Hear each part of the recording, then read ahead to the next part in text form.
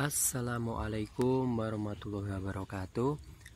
Halo Sobat Cap Kampung, kembali lagi di channel Cap Kampung 86, channelnya anak kampung. Jadi teman-teman, dalam video kali ini kita akan membahas tentang tanaman murbei ya, bagaimana cara perawatannya dan juga bagaimana proses pertumbuhannya jika ditanam di media pot ya. Jadi ini adalah salah satu contoh tanaman tabulam pot milik anak kampung, yang tingginya nggak tinggi-tinggi amat ya, dia masih sekitar 1 meter. Kalau ditambah dengan potnya sekitar 1,5 meter. Tapi teman-teman, sebelum kita lanjut pada pembahasan yang lebih lanjut, boleh dong buat teman-teman yang belum subscribe, di subscribe dulu channel ini agar bisa semakin berkembang. Oke, kita lanjut teman-teman. Jadi tanaman murbei ini teman-teman, kalau misalkan kita tanam di tanah ataupun di pot, itu di awal-awal penanamannya atau kita bilang masa mudanya, dia akan mengalami proses pertumbuhan yang sangat cepat. Berbeda apabila tanaman ini udah mencapai ketinggian 10-15 meter. Kebetulan pohon dari murbei ini yang saya tahu, baca-baca dari Mbah Google, itu yang tertua ada di Sumatera Barat guys. Usianya udah mencapai 120 tahun. Entah siapa yang pertama kali nemuin dia ya, bisa tahu usianya sampai segitu. Tapi kita nggak akan bahas itu guys. Yang akan kita bahas ini, jadi gimana aja sih proses perawatannya itu. Oke, pertama-tama teman-teman kalau misalkan nanam tanaman murbei di dalam pot, yang perlu teman-teman perhatikan pertama kali yaitu medianya. Seperti ini guys. Jadi teman-teman harus menggunakan media yang sesuai, medianya jangan ngasal. Karena untuk menggunakan untuk pemilihan media yang sesuai itu, setiap tanaman itu mempunyai spesifikasi tersendiri ya guys ya. Misalkan kalau teman-teman mau nanam kaktus, nggak bakal bisa kalau teman-teman menggunakan pupuk kandang. Begitu juga dengan tanaman murbei ini. Kebetulan kalau tanaman murbei anak kampung ini menggunakan pupuk kandang, humus, dan juga tanah biasa. Perbandingannya seperti apa? Jadi gini loh, perbandingannya kalau untuk tanaman murbei anak kampung ini menggunakan pupuk kandangnya atau kohe kambing itu, di sini kita menggunakan pupuk kandangnya dari kotoran kambing ya. Itu dia 1 bagian, tanah biasanya 1 bagian, humusnya setengah bagian.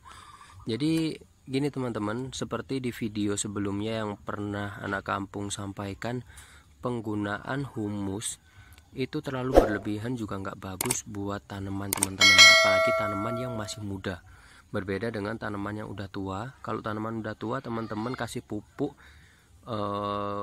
kandang terus dicampur humus, perbandingannya 1:1 pun nggak apa ya. Oke, kita lanjut ke sini lagi. Untuk pemilihan media tanamnya kurang lebih seperti itu teman-teman. Jadi campurannya harus sesuai ya. Nah selanjutnya, apabila tanaman teman-teman udah tumbuh subur seperti ini, yang perlu teman-teman lakukan itu adalah pemangkasan. Jadi pasti akan ada tunas yang udah tumbuh menjuntai ke atas seperti ini.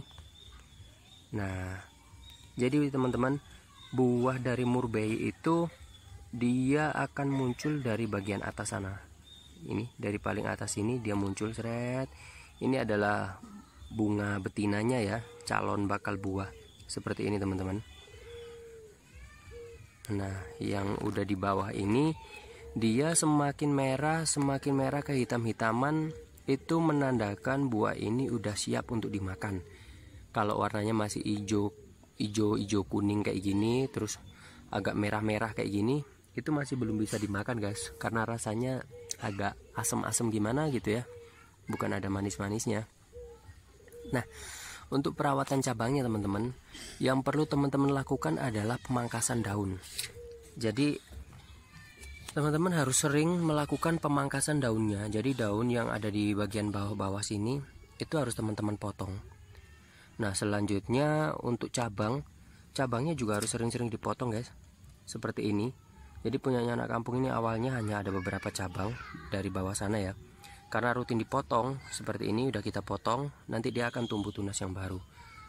Nah seperti ini, karena semakin banyak ranting baru yang muncul, semakin banyak juga buahnya yang akan muncul teman-teman. Oke, jadi pemilihan media udah, pemangkasan daun dan ranting juga udah. Selanjutnya adalah pemupukan. Gimana sih idealnya pemberian pupuk kepada tanaman tabu lampot itu? Jadi gini teman-teman, karena ruang gerak akarnya itu terbatas, maka kita juga tidak bisa terlalu berlebihan dalam memberikan pupuk ya. Karena kalau terlalu berlebihan, itu yang ada tanaman teman-teman itu juga pasti bakal overdosis ya, atau biasanya malah mati. Jadi kalau anak kampung sendiri, karena ini medianya juga udah menggunakan pupuk kandang ya secara alami, nanti kedepannya itu teman-teman bisa berikan pupuk, kalau untuk pupuk kimiawi bisa pakai NPK ya. NPK itu teman-teman berikan agak jauh sedikit dari batangnya. Untuk satu pohon begini nih cukup 1 sendok makan guys, 2 minggu sekali ya, bukan 1 hari 3 kali. Nah selanjutnya untuk penyemprotan hamanya itu teman-teman bisa lakukan antara 1 bulan sekali kalau itu menggunakan insektisida yang kimiawi.